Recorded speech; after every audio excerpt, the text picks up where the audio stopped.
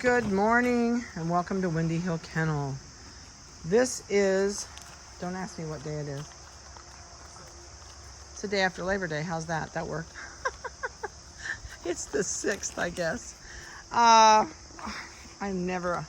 tell you what, when you live out in the country and you don't go anywhere very often, you forget what day it is sometimes. It's been so busy here. Oh my golly. Not so much with puppies, but with canning. This is canning season, and man alive, has it been crazy. So Cinders kids are doing great. They are, I can't tell you what date I think they're 7 weeks and a couple days. Let me see. One day. I knew it was one day. I looked on. Vanessa had the cheat sheet for me with their weights on it. So these guys are doing really, really good. They're active, they're playful, they are busy as all get out in the house, and they've been in for 2.5 days. I don't know how long they're going to be able to stay out here. We've gotten 4.5 inches of rain in the last 2.5 days.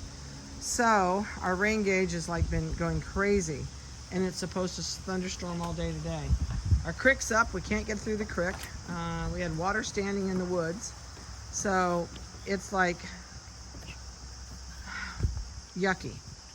So we are going to go through here. I'm going to zoom out so I can get them all in here while they play and let you watch. And 9817 is a female. She's got a neon green collar on. She's the Phantom. Of course, they're all 3 Phantoms. She's 3 pounds, 5 ounces. 9824 is a male, neon orange collar. It's a blue merle, and it's 2 pounds, 11 ounces. 9818 is a female with a neon pink collar, and it's a Phantom, 3 pounds, 11 ounces. 9823 is a male with a red collar and the black and white party, and he is 3 pounds, 8 ounces. 9825 is a male with the light blue collar, and it's a Phantom. So I'm going to see if we can find collars for you. The turquoise collar Phantom is climbing up on the bed right now. So that's the turquoise collar that's attempting to go over. There, it made it. Of course, the party puppy's easy to spot. So is the blue merle. You did have to do that right where everybody's going to play, didn't you? And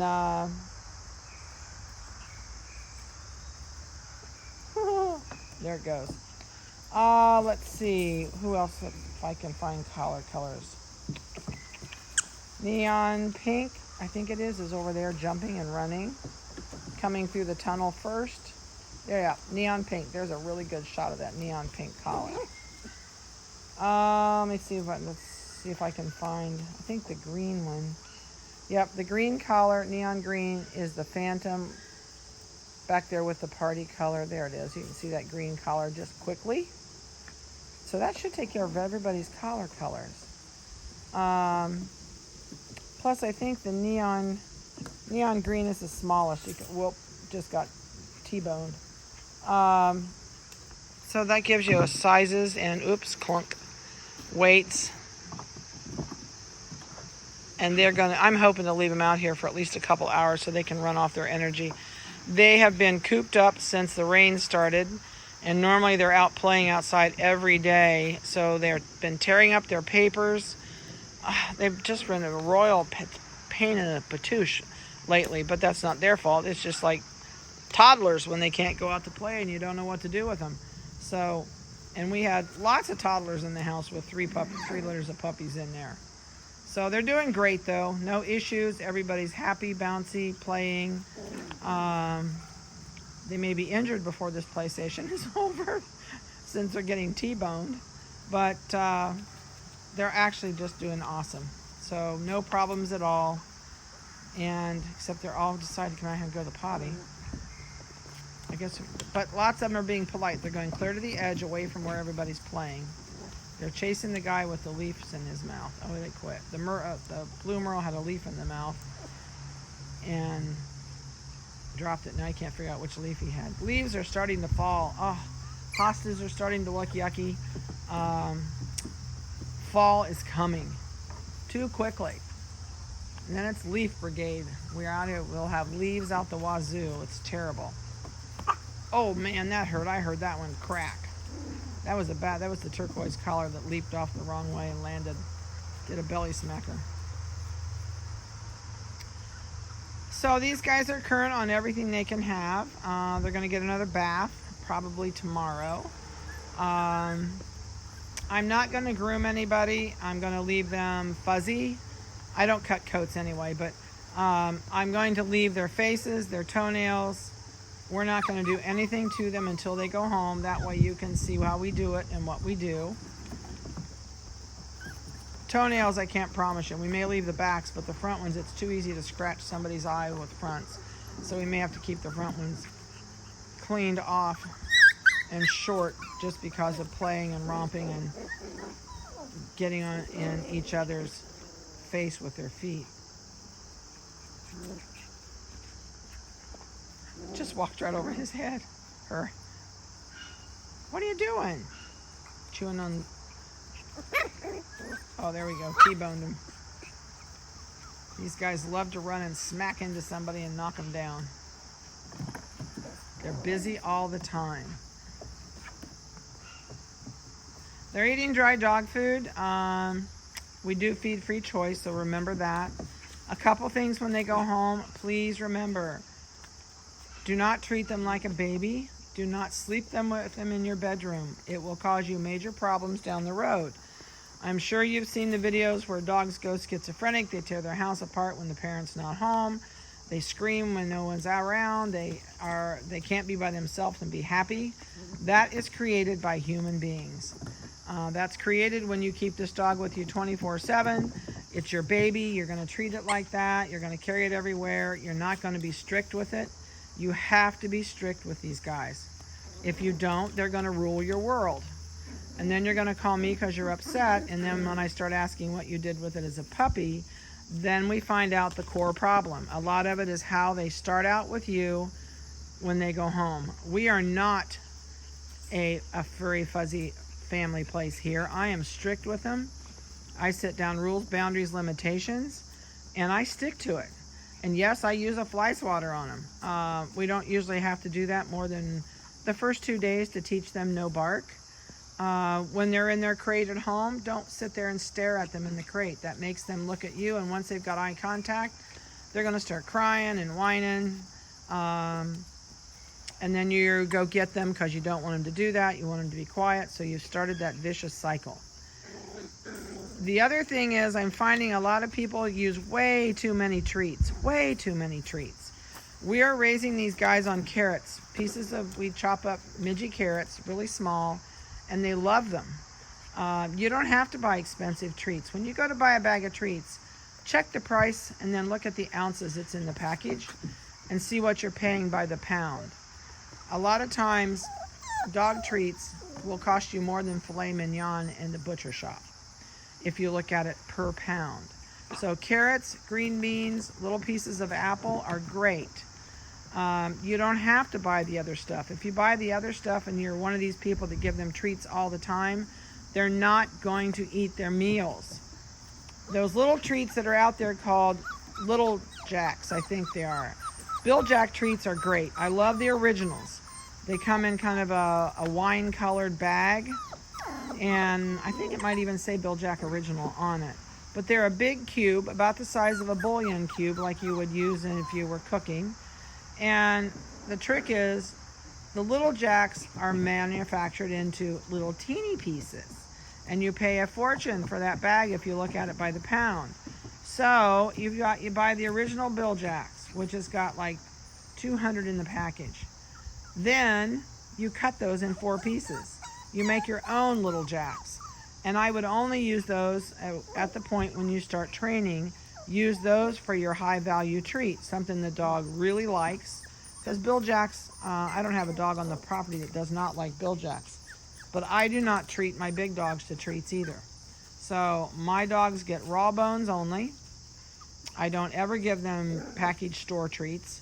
I keep them around to show people, and in our toy poodle building where we keep all of our little tiny boys that we use for breeding, I do give them a Charlie Bear every night when I go in to put them away. That way, when they've all been out in the yard playing, they willingly run in and get in their kennel, go inside, because they know they're going to get a Charlie Bear. But I don't give them treats any other time than that. And you can do a treat, you know, when they go on potty and they do a good job as they go to potty. And if they squat down to potty, say, "Good potty," you know. And or you can use "Go potty" as they're pottying. And then when they're done, really praise that puppy and tell it what a good job it did. Give it a treat, and that's the end of it. And then you go away. So the dog, it takes a while. Don't think you're going to do it in a week. It takes a while. And eventually they will learn that when you go out and you say, "Go potty," they run over and they do their business and they come back to you for a treat. The other thing is, look into clicker training. If you have the time, clicker training is phenomenal. Also, if you want some tips and things and you have not joined Windy Hill Pup Parents, it's on Facebook. It's a great place to go and interact with other clients that have our puppies. It's only our puppies. The people that started the site do not let other people post other breeds.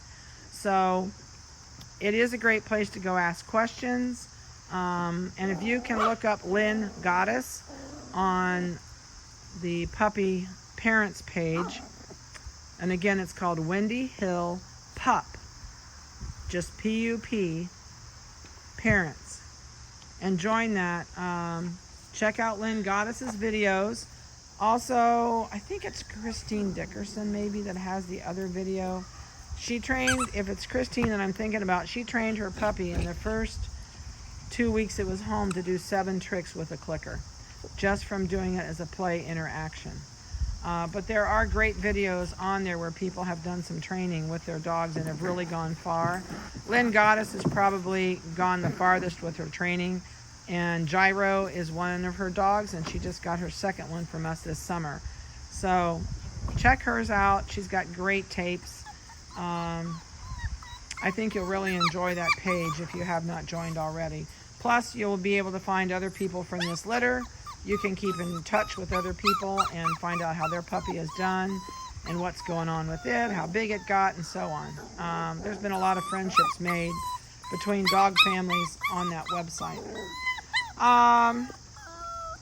This probably will not be your last video. I know these guys are going to be here a little bit longer, so there'll probably be one more video before they go home and before their spay and neuter date, which I think it's on a Monday coming up here before too long. I think it's not this next week, but the week after. So I have sent out everybody's videos. If you did not receive your vitamin information on the video, or your puppy go home videos, which is me telling you everything that's in the booklet, and it's everything that I would tell you if you came in person. That way you can pre-watch those and then write down questions that you have for me that I didn't answer for you on those videos. And we find it's really helpful that way, because you get out of here and they'll say, "Oh, I wish I'd asked this or that." So please let me know if you did not get the videos, and just text me and say, "Hey, I didn't get my videos. Here's my email." So do send me your email so I can make sure it's correct on our end, or for whatever reason you didn't get your videos. But other than that, they're doing fantastic. The biggest thing is you just got to be tough parent when they go home and set down rules, boundaries, and limitations. So also, if you want rib bones, you can check with your butchers if you can't find them. We always keep rib bones here in the freezer. I think we just got another 100-pound in. So they're $4.99 a pound. And if you want bones when you come, bring a cooler with you. Even if you didn't, we can give you, put them in a plastic bag and wrap them up in newspaper, and they'll be fine till you get them home. Even if they thawed, you can refreeze them. So, all right, I'm going to get out of here. It's starting to sprinkle. We are trying to get everybody's videos in before the rain hits. We've had horrible rain the last 4 days. Actually, 2.5 days, I think, as we've gotten over 4 inches. So it's going to do it to us again today. But you guys have a great week. I hope you've enjoyed their video, and we'll talk to you soon.